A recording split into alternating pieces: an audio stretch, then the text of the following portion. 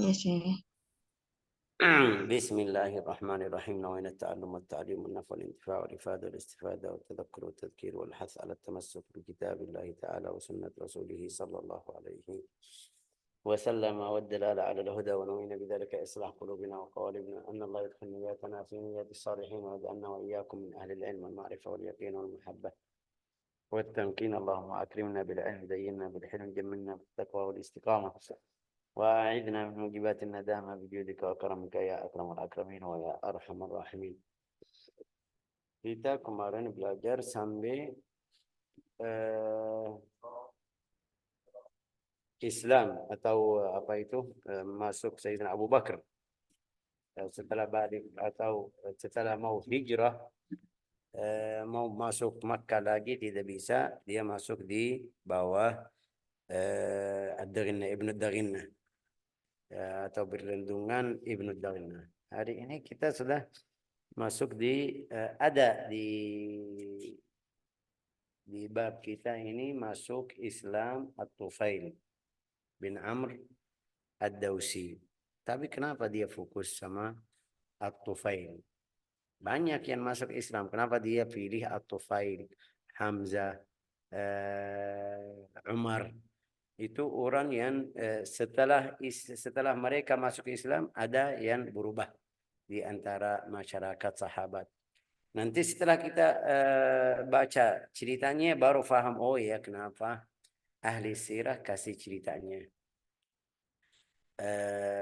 Kalau tidak salah nanti kita baca itu ada 1.000 orang ikut setelah dia Islam ini. At-Tufail ini orang biasa, tapi dia membina di kampungnya atau di tempatnya atau di bilang daerahnya, membimbing di mereka atau membimbing mereka.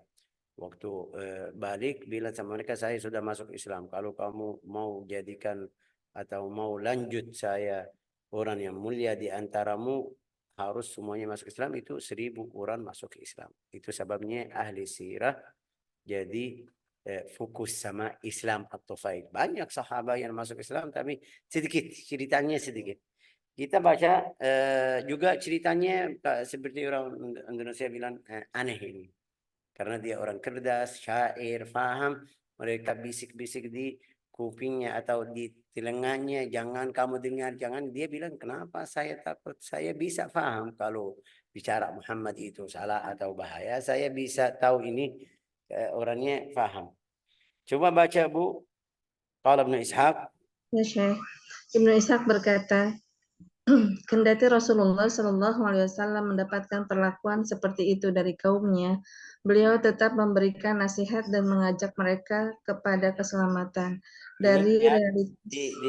Ini pertama itu lihat Rasulullah tidak bahasa Indonesia tidak putus asa. Pasti setiap hari, setiap kali dia masih nasihat kepada kaumnya. Tidak lihat mereka ganggu fulan atau mereka jahat atau saya sudah capek. Itu yang kita harus belajar, atau ahli dakwah yang masuk jalur dakwah atau jalan dakwah harus ambil contoh dari sejarah Nabi Muhammad sallallahu alaihi wasallam. Ya, Rasulullah ini mereka kita baca kemarin, mereka sahabat bagaimana ganggu sahabat, ganggu Rasulullah, tapi Rasulullah tetap kasih nasihat kepada mereka. Terus Beliau tetap memberikan nasihat dan mengajak mereka kepada keselamatan dari realitas yang sedang dialami.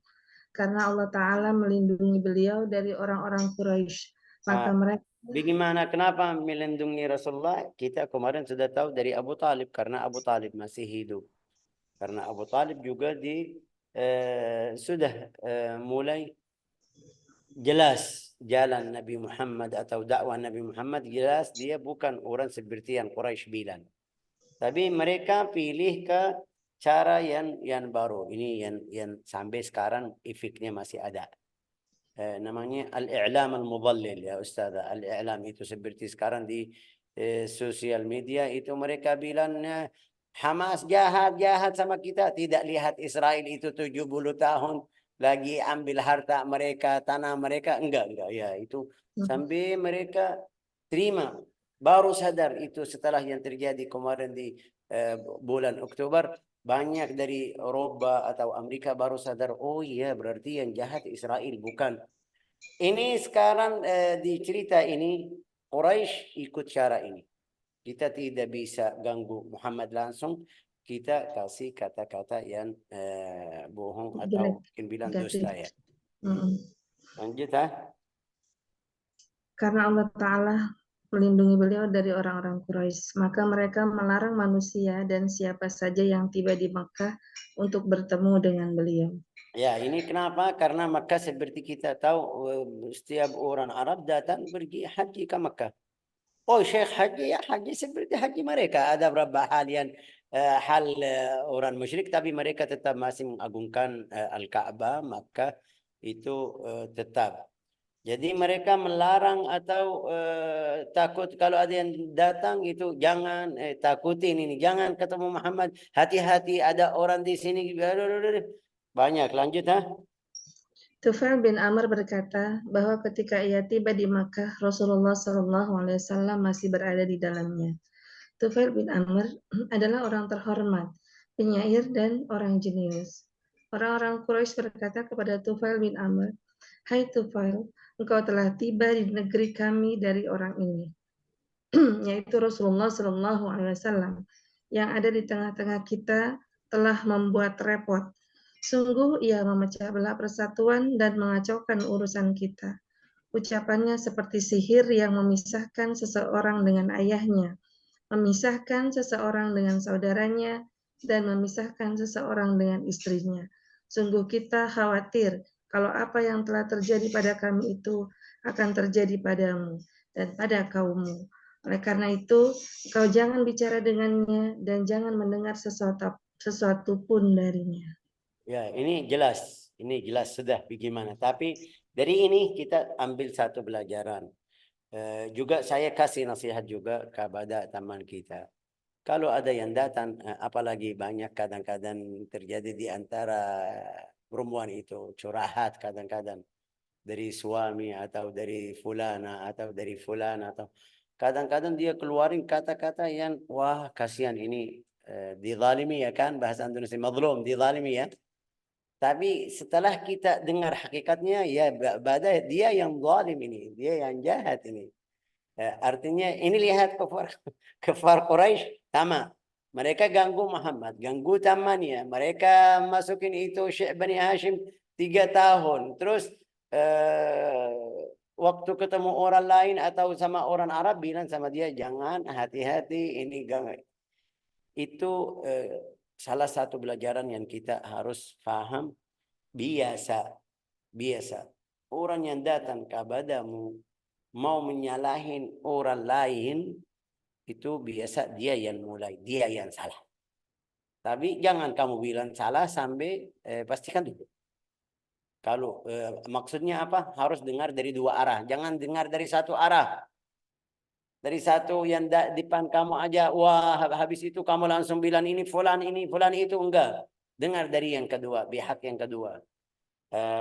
Contohnya itu yang terjadi di orang Bani Quraisy. Terus Tufail bilang karena mereka kayak baksa masukin hati-hati jangan sampai dia jadi takut ini nggak mau ketemu Muhammad. Coba baca ceritanya.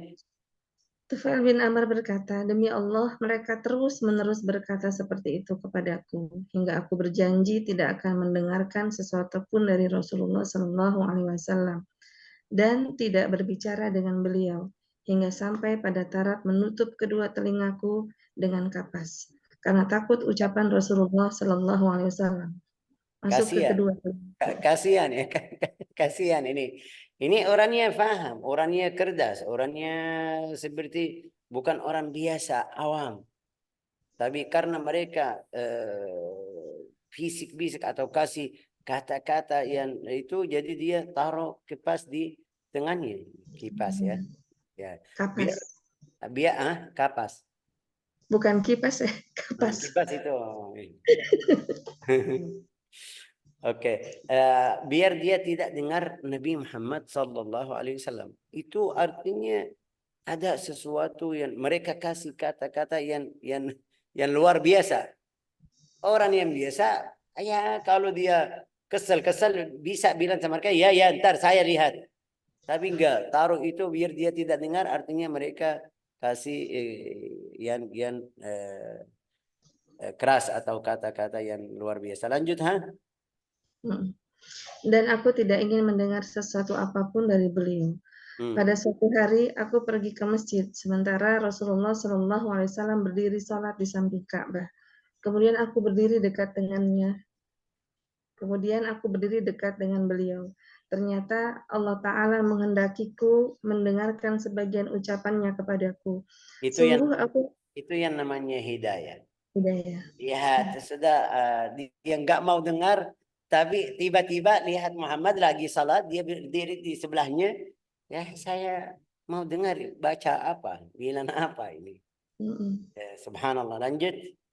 Sungguh aku mendengar ucapan yang amat indah. Kemudian aku Itu berkata maksudnya dalam Al-Quran, diriku, karena waktu Rasulullah dulu itu baca di dalam suara yang dulu di suara yang keras dulu. Sampai Allah Ta'ala menurunkan wala tajhar bi salatika wala tukhafit biha. Jadi mm-mm. suruh baca dalam keadaan sedang, tidak keras-keras. Juga sampai Allah Ta'ala apa itu jadikan salat siang itu di dalam tidak ada suara yang kita tahu zuhur asar namanya apa rahasia atau sir salat sir. Sir. Ya kalau salat malam itu jahar ada suara.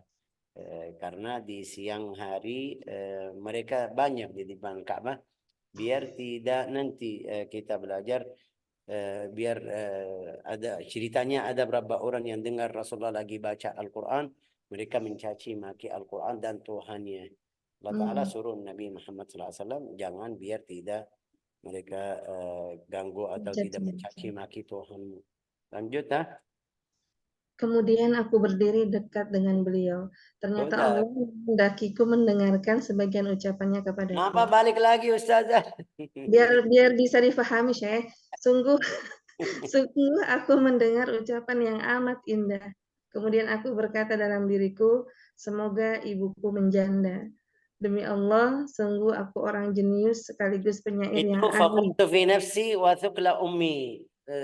Apa semoga ibu saya berjanda artinya itu dalam bahasa Arab mudah-mudahan seperti tadi semoga ibumu menjanda janda artinya apa itu? Bukan janda Ustazah. Apa ya, Syekh? Yang meninggal anaknya namanya apa dalam bahasa Indonesia? Janda itu kalau meninggal suaminya. Ya kan Ustazah? Itu Iya. dalam bahasa Arab namanya sakalat ka ummuka artinya doa kepada orang tersebut kamu meninggal. Bukan suaminya meninggal. Itu doa kadang-kadang bukan maksudnya mau hakikatnya. Ini Mm-mm. mau biar kita perhatian. Mm-mm. Hasilnya ini bukan janda ya. Mm-mm. Wasukla ummi itu maksudnya semoga saya meninggal sampai ibu saya tidak punya anak itu yang maksudnya Semuanya. ya. Mm-mm.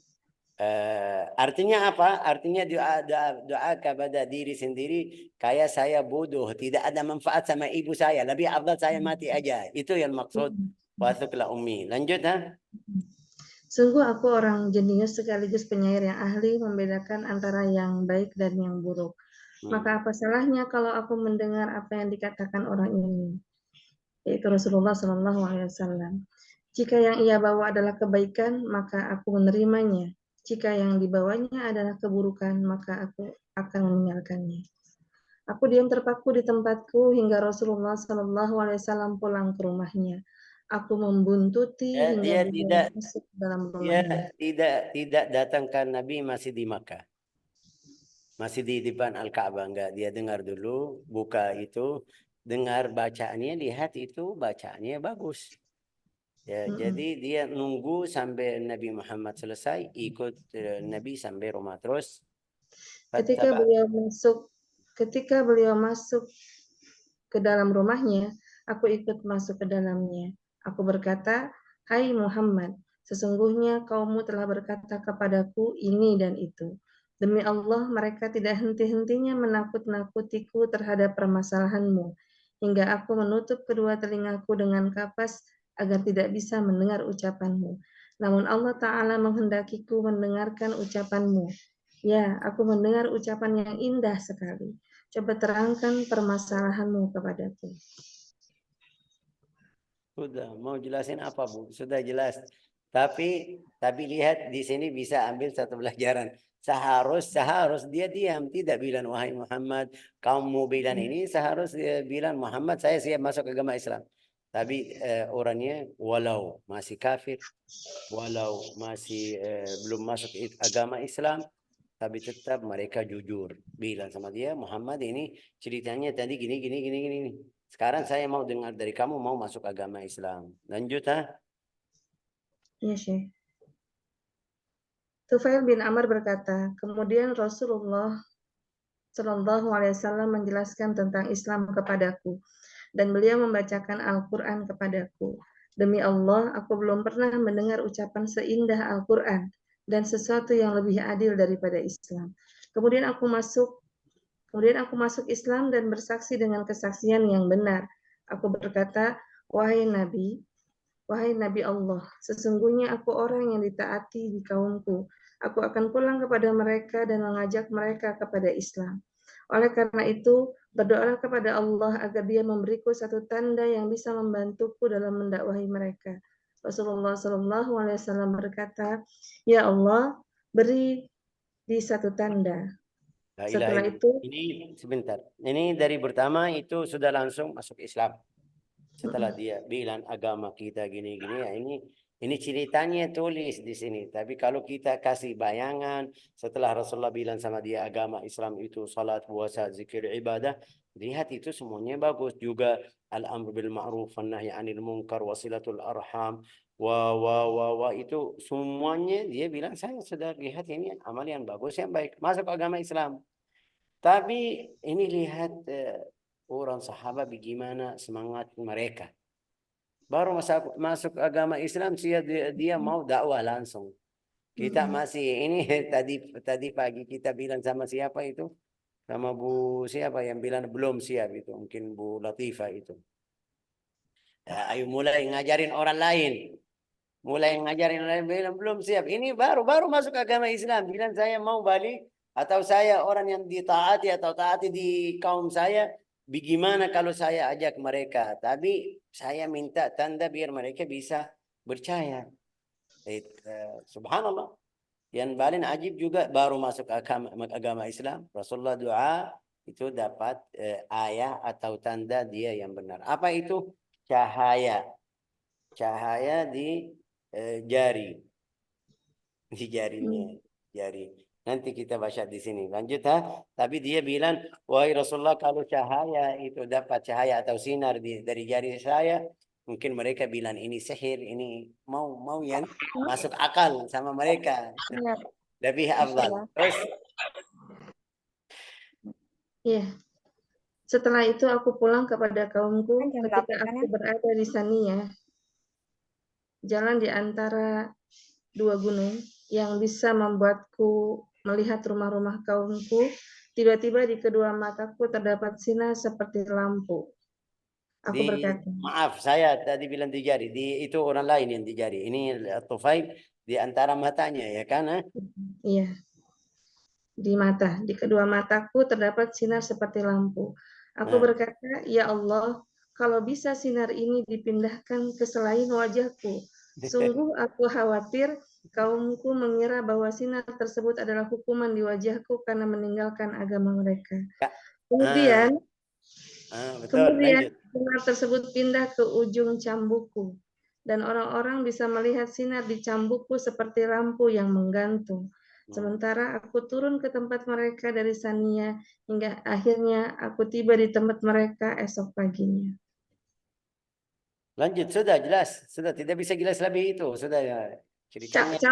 Cambuk itu ya Syekh buat Cambuk itu saut. Cambuk mungkin kita bisa tungkat bilang. Walhasil itu orang Arab karena dulu cambuk itu dia dari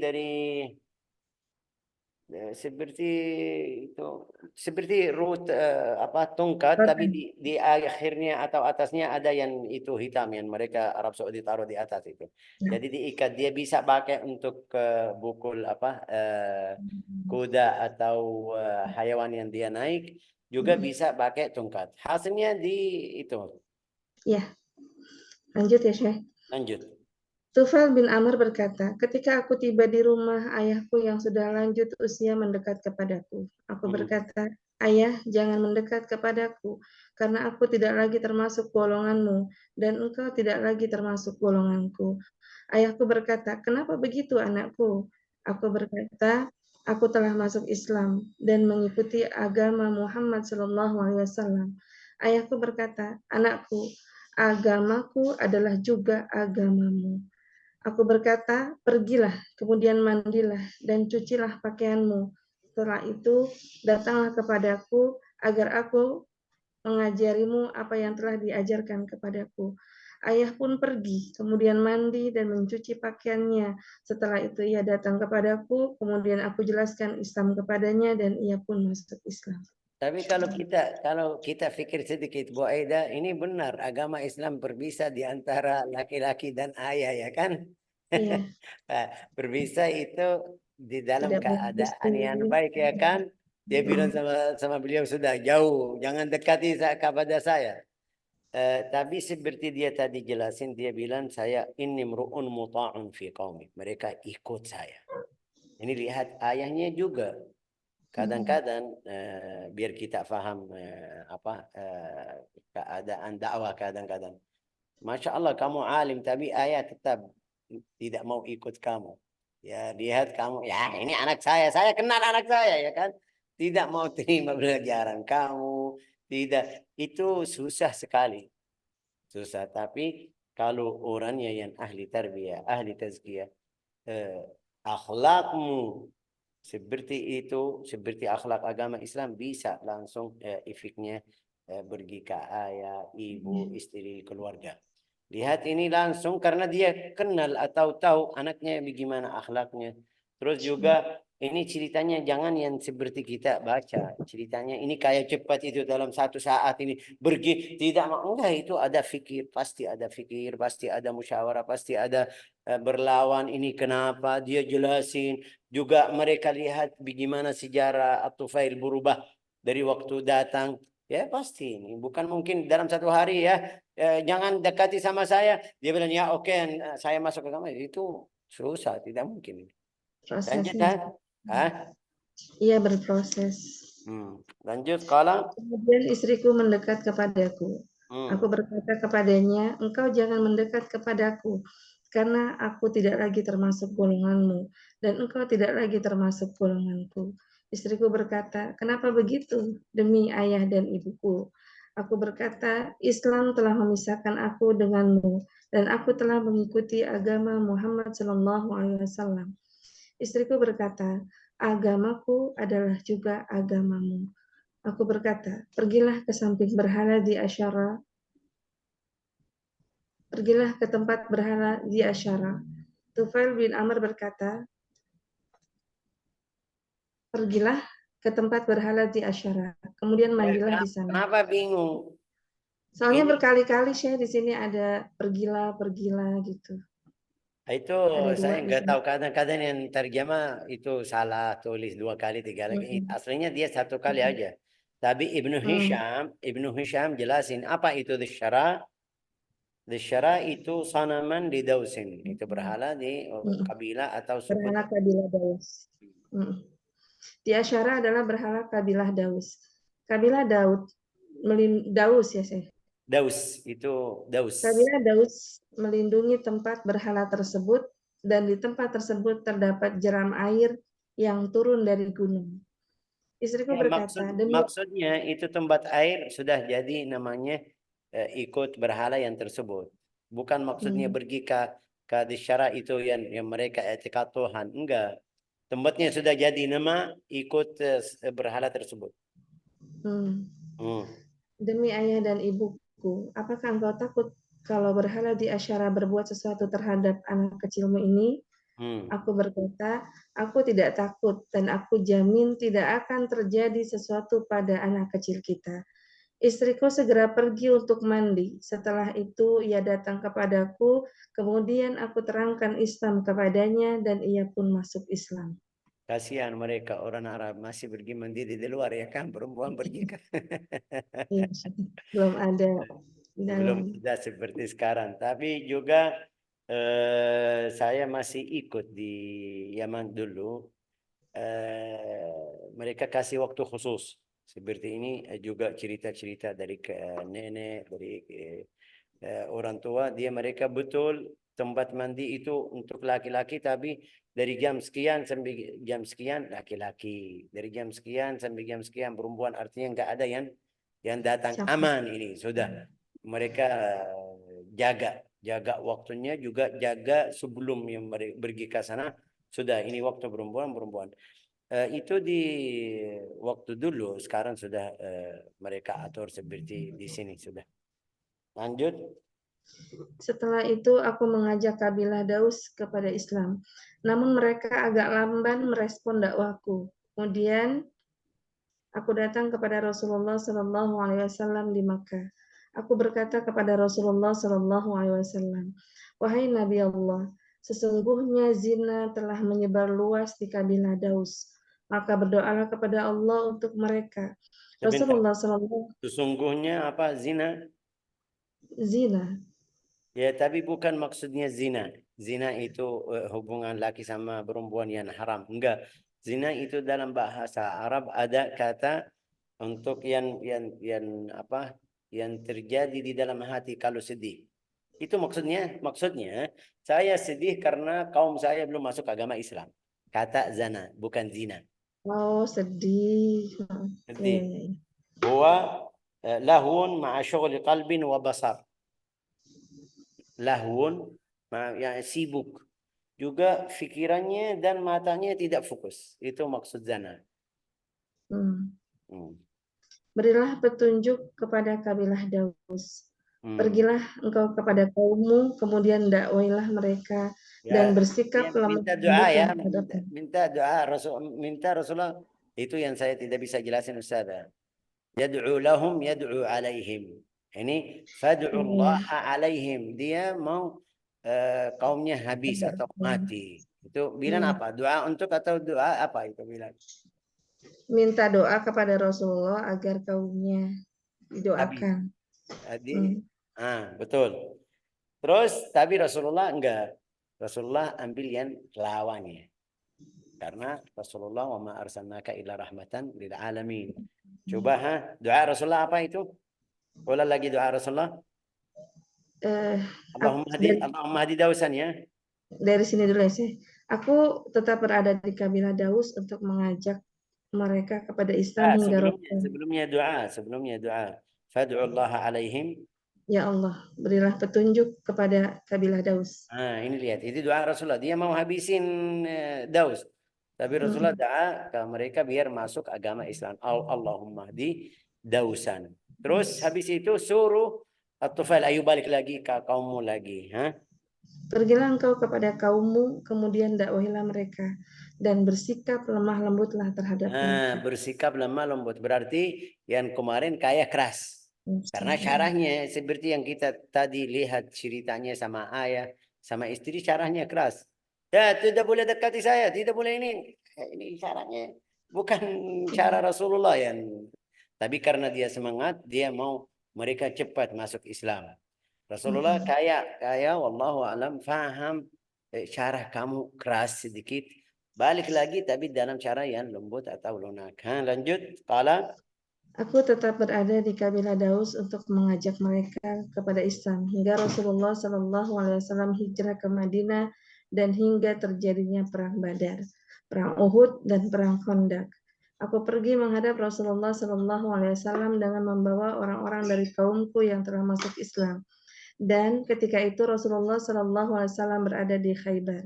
Aku tiba di Madinah dengan membawa 70 atau 80 kepala keluarga yang telah masuk Islam. Ini Kemudian kami menyusul 70 atau 80 kepala keluarga. satu keluarga bisa lebih. Ya, itu lihat ini kebala ya, kebala. Ini Iya, keluarga mereka sampai 10, sampai 5, sampai 7 ya. Berarti di riwayat lain mereka bilang 1000. Masya 1000 orang Allah. yang masuk agama Islam. Tapi setelah dia sabar. Itu yang sebabnya mereka kasih cerita At-Tufail. Karena ada sesuatu yang luar biasa. Mereka biasa ajak satu orang teman, satu, dua. Tapi ini ratusan orang yang ikut. Lanjut. Kemudian kami menyusul Rasulullah Shallallahu Alaihi Wasallam di Khaybar dan beliau memberi kami jatah seperti kaum muslimin yang lainnya. Setelah itu aku selalu bersama Rasulullah Shallallahu Alaihi Wasallam hingga ketika Allah menaklukkan Makkah untuk beliau, aku berkata, wahai Rasulullah, kirimlah aku kepada berhala Al-Kafain, berhala milik Amr bin Humamah untuk pembakarnya. Itu semangatnya masih tetap sampai dia mau hancur berhala tersebut yang di dekat sukunya atau kabilahnya atau tempatnya. Lanjut ah. Tapi Ibnu setelah ini kapan? Setelah Fath Makkah. Mm, Bukan waktu Rasulullah belum hijrah, enggak, setelah Fath Makkah, setelah Rasulullah hijrah juga dia datang ke Al-Madinah, baru balik itu setelah Fath Makkah pergi hancur berhala tersebut. Lanjut ah. Ibnu Ishaq berkata, kemudian Tufail bin Amr berangkat menuju berhala Dzul-Kafaini, kemudian ia nyalakan api pada berhala tersebut sambil berkata, wahai berhala Dzul-Kafain, aku tidak lagi termasuk hamba-hambamu, kelahiranku lebih dahulu daripada kelahiranmu, sesungguhnya aku mengisikan api di hatimu. Ini bait syair dalam bahasa Indonesia tidak ada rasa. Kalau baca dalam terjemah ya kan. Ya ya dzal kafaini lastu min ubadaka miladuna aqdamu min miladika inni hashawtu naru fi fuadika. Beda ini rasanya beda juga. Tapi hasilnya terjemahnya yang tadi dia maksudnya saya tidak jadi atau tidak seperti kemarin menembah kamu juga karena Tuhan kita ini atau melahir kita itu maksud agama kita sebelum dari kamu datang juga karena dia kasih api itu atau ke dalamnya ini kayak kayak kata yang nggak tahu dalam bahasa Indonesia kalau kita marah dari orang bilang sama dia ya kesal ini biar dia kesal itu hasilnya Sayyidina At-Tufail hancur berhala tersebut biar nggak ada yang menyembah lagi. Lanjut ah. Ibnu Ishaq berkata, kemudian Tufail bin Amr menghadap Rasulullah Shallallahu Alaihi Wasallam. Ia selalu bersama beliau di Madinah hingga Allah Ta'ala memanggil beliau. Ketika orang-orang Arab murtad, Tufail bin Amr keluar bersama kaum muslimin, ia berangkat bersama mereka hingga berhasil menaklukkan Tulaihah, Itu yaitu ada gemuk berapa orang murtad. suku-suku yang murtad keluar dari agama Islam balik lagi musyrik. Tapi seperti kita tahu itu di zaman Sayyidina Abu Bakar Siddiq dia bikin perang sama orang yang riddah semuanya sampai mereka balik. Ada banyak yang balik lagi ke agama Islam. Lanjut ha? Dan seluruh negeri Najd. Najid. Setelah itu, Tufail bin Amr berangkat bersama kaum muslimin menuju Yamamah dengan diikuti anaknya Amr bin Tufail. Tufail bin Amr bermimpi dalam Ya, perjalanan. ini Al-Yamamah. Waqi'atul Yamamah itu yang Musailimatul Kadzab. Ah ya, Musailimah Musail, Al-Kadzab. Memerangi Musailimah ya kan? ya berang sama Musailimah itu di antara berang tersebut ada 14 atau 16 orang yang hafal Al-Quran meninggal atau mati syahid fi sabilillah. Sebabnya Sayyidina Umar bin Al-Khattab bilang sama Abu Bakar, wahai Abu Bakar, waduh ya Allah, itu mereka meninggal harus kita kumpul Al-Quran di dalam satu buku. Terus lanjut. Tufail bin Tapi Amr. sebelum berang tersebut dia dapat mimpi. Mimpi siapa itu? Dia mimpi tapi dia bilang sama anaknya Amr bin Tufail. Ya. Mimpinya apa itu? Hah? Tufail bin Amr bermimpi. Dalam perjalanannya ke Yamamah, ia berkata kepada sahabat-sahabatnya, sesungguhnya aku bermimpi, maka jelaskan kepadaku arti mimpiku. Aku bermimpi bahwa kepalaku dicukur seekor burung keluar dari mulutku. Aku berpapasan dengan seorang wanita, kemudian ia memasukkanku ke dalam vaginanya. Anakku meminta sesuatu kepadaku dengan memaksa. Kemudian aku lihat anakku terpisah dariku. Mereka berkata, itu pertanda baik. Tufail bin Amr berkata, demi Allah, aku bisa menjelaskan makna mimpiku tersebut. Mereka berkata, bagaimana? Tufail bin Amr berkata, kepalaku dicukur, artinya ia diletakkan.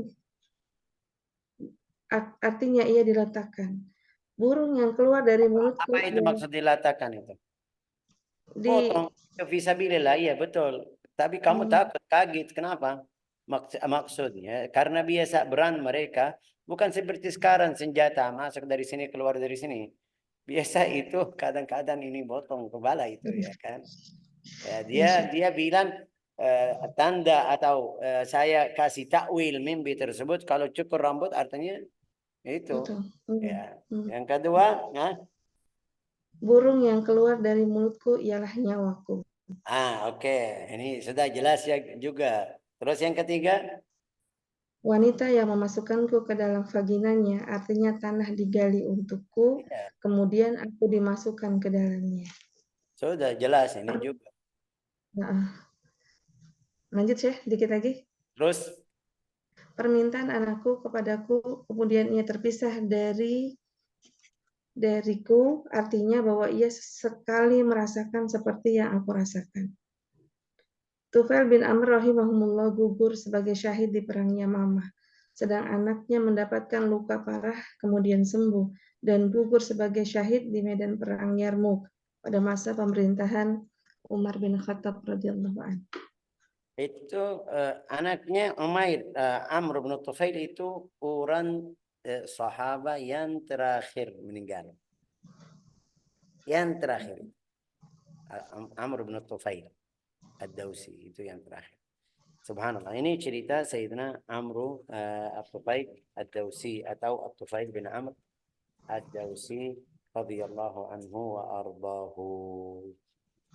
Ceritanya luar biasa juga kita bisa dapat atau bisa ambil beberapa pelajaran dari ini. Pertama, ikhlas Amr bin Tufail. Juga sebelumnya kita jangan dengar dari satu arah. Kalau dapat kabar, kalau dapat bicara tentang fulan ini itu. Ya, di sini juga ada teman kita yang dulu mereka dengar ini orang sufi, musyrik, mubtadi', bid'ah, ahli bid'ah, tapi setelah masuk ya mereka jadi sekarang sufi ya. Saya khawatir sama mereka. Karena dulu kita dengar dari satu arah. Kalau dari satu arah tidak bisa paham. Tapi kalau bisa dengar dari dua arah, baru bisa jelas atau bisa jelas gambarnya. Yang ketiga itu eh, kalau dapat seperti ini harus timbangan dalam timbangan syar'i. Ini benar atau tidak, yang salah mana, yang benar mana. Mungkin dua-duanya betul, sahih, benar, tapi pasti ada satu yang lebih jelas. Juga Sayyidina At-Tufail, bagaimana semangatnya ini di Makkah. Juga ikramullah Ta'ala, karunia Allah Ta'ala kalau cinta kepada hambanya bisa dapat bantuan. Itu yang namanya karamah. Biasa kita dengar karamah-karamah atau dalam bahasa Indonesia bilang mukjizat. Tapi saya tidak bilang mukjizat karena mukjizat khusus Nabi. Kalau kepada orang Muslim itu namanya karamah.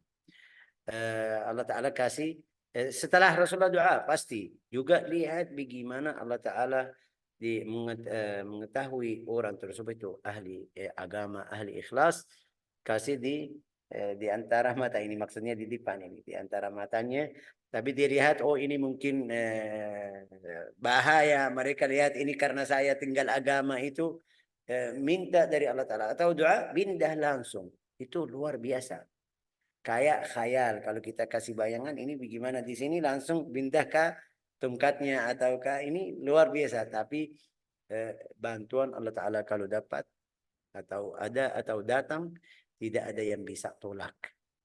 terima agamanya, terus balik lagi ke keluarganya. Tadi sudah tahu ceritanya.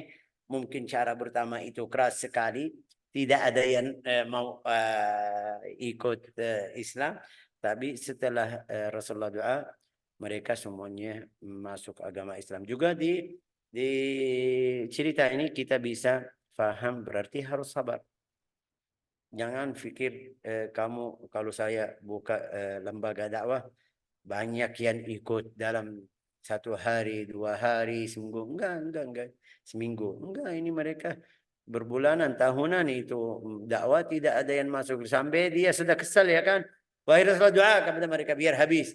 Tapi Rasulullah doa biar mereka masuk agama Islam dapat petunjuk dari Allah Ta'ala. Juga bantuan keluarga itu yang paling penting juga untuk orang dakwah. Seperti tadi dia langsung datang ke ayahnya, ke istrinya,